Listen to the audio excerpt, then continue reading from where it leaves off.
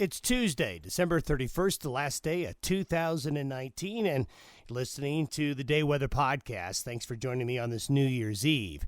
Well, we're going to ring in the new year with a pattern that's going to be shifting to really impacting Wyoming and Colorado's mountains with incoming systems that will be producing some mountain snow. If you're a skier, snowmobiler, you're one who watches the snowpack. Well, this pattern here in the next couple of weeks is going to really favor the high country, while the lower elevations will be looking at some chances for snow, but not a lot.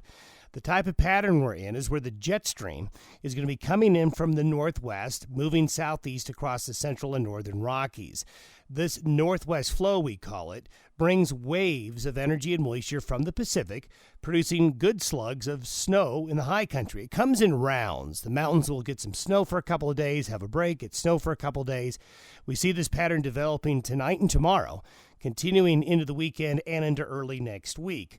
One problem with this pattern is it does tend to make it windy across the Continental Divide east of the divide, as the jet stream runs not nearly perpendicular, but at a sharp angle to the Continental Divide. Anytime you get strong jet stream winds that come in at an angle, you're going to be looking at strong winds just east of the mountains. So we're going to have high winds and blowing snow problems along I-25 and Interstate 80 across Wyoming today. Strong winds on the plains will also continue to cause blowing snow, where that weekend storm brought snowfall to parts of western Nebraska and eastern Wyoming and parts of Colorado. So if you're going to be traveling, you've got to watch out for that blowing snow and very strong winds, 60 to 70 miles an hour, along the wind-prone sections of I-80 and I-25.